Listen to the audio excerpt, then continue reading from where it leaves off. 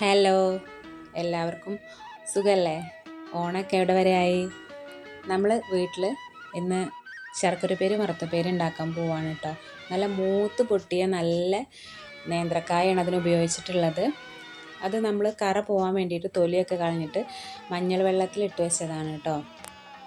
ഈ കളഞ്ഞ തൊലി ഉണ്ടല്ലോ, അത് നമുക്ക് പിന്നെ ഉപ്പേരി ഒക്കെ വെക്കാൻ ഉപയോഗിക്കാമല്ലോ. നല്ല കായൻ്റെ തൊലിയാണ്.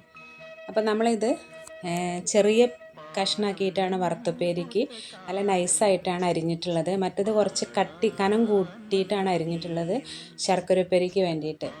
അപ്പോൾ അത് നമ്മൾ ഏകദേശം ഒന്ന് തിളച്ചിട്ട് വെന്ത് വരാനാവുന്ന സമയത്ത് ഒരു പൊട്ടിപ്പൊരിച്ചിലൊക്കെ ഉണ്ടല്ലോ, അത് നിന്നതിന് ശേഷം ഈ മഞ്ഞളും ഉപ്പും കൂടെ കലക്കിയ വെള്ളം അതിൻ്റെ മുകളിലൊന്ന് തളിച്ച് കൊടുക്കും. ഇടയ്ക്കിടയ്ക്ക് ഒന്ന് തളിച്ച് കൊടുക്കണം. അപ്പോൾ നല്ല മുരുമുരായിരിക്കും. ഇതതുപോലെ നല്ല ടേസ്റ്റായിട്ട് വന്നിട്ടുണ്ട്. കാണാനും നല്ല ഭംഗിയുണ്ടായിരുന്നു.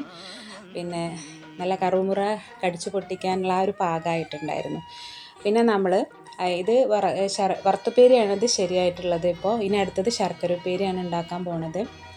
അപ്പോൾ അതിലേക്ക് നമ്മൾ അരി വറുത്ത് പൊടിക്കണം. പിന്നെ ചുക്കുപൊടിയും വേണം, ശർക്കരപ്പാനിയും വേണം. അപ്പോൾ നമ്മൾ അതൊക്കെ ഒന്ന് തയ്യാറാക്കി വെച്ചു. ഇതാണ് കുറച്ച് കനം കൂട്ടി അരിഞ്ഞ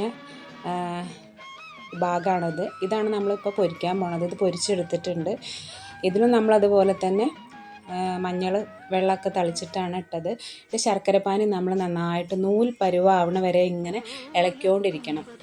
എന്നിട്ട് നമ്മൾ ഈ പൊരിച്ച് വെച്ച കായ കഷ്ണങ്ങളൊക്കെ അതിലേക്ക് ഇടുക. അതിൻ്റെ കൂടെ ഈ പൊടിച്ച് വെച്ചിട്ടുള്ള അരിപ്പൊടി ഇടണം, പിന്നെ ചുക്കുപൊടി ഇടണം.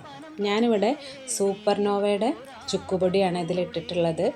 പിന്നെ അരിപ്പൊടി രണ്ടും കൂടെ മിക്സ് ചെയ്ത് നമുക്ക് എങ്ങനെയാണോ ഇടേണ്ടത് അങ്ങനെ ഇടാം. അരിപ്പൊടി ആദ്യം ഇടാം, അല്ലെങ്കിൽ ചുക്കുപൊടി ഇടാം. രണ്ടായാലും കുഴപ്പമില്ല. എന്നിട്ട് നമ്മളത് കൈ വയ്ക്കാതെ ഇളക്കിക്കൊണ്ടേ ഇരിക്കണം. അല്ലെങ്കിൽ എന്നിട്ടിത് നമ്മൾ വേറെടുക്കണം, കാരണം ഒട്ടി പിടിച്ചിട്ടാണ് ഇരിക്കുക. ഓരോ കായായിട്ട് ഇങ്ങനെ വേറെടുത്ത് വെക്കണം നമ്മൾ.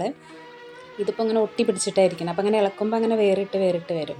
അപ്പോൾ നല്ല ടേസ്റ്റായിരുന്നു ഇത്. ഇതുപോലെ ഓണത്തിന് ആരെങ്കിലും വീട്ടിലിങ്ങനെ ഉണ്ടാക്കാറുണ്ടെങ്കിൽ കമൻറ്റ് ചെയ്യണം കേട്ടോ.